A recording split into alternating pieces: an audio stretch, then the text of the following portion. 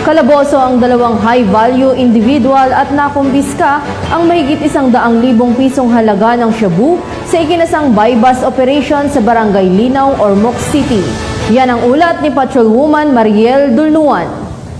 21,652 pesos na halaga ng shabu ang nasabat at naaresto ang dalawang high-value individuals sa ikinasang buy-bust operation ng mga operatiba sa Barangay Linaw, Ormoc City. Bandang alas 8 ng gabi ng ikasang operasyon ng mga tauhan ng Ormoc City Police Office, Police Station 1, kasama ang PNP Philippine Drug Enforcement Group Special Operation Unit 8, Ormoc City Police Office, City Drug Enforcement Unit at Ormoc City Police Station 4 sa koordinasyon ng Philippine Drug Enforcement Agency 8. Nakuha sa mga suspect ang 13 na pakete ng hinihinalang shabu na tumitimbang ng 17.89 gramo, isang 500 peso bill na buy-bust money, 31 pirasong 50 peso bill na bogus money at nagkakahalaga ng 121,652 pesos. Mahaharap ang mga suspect sa kasong paglabag sa Section 5 at 11 ng Article 2 ng RA 9165 o Comprehensive Dangerous Drugs Act of 2002. Ang pambansang pulisya ay patuloy sa kampanya laban sa illegal na droga at iba pang krimen upang mapanatili ang maayos at ligtas na komunidad.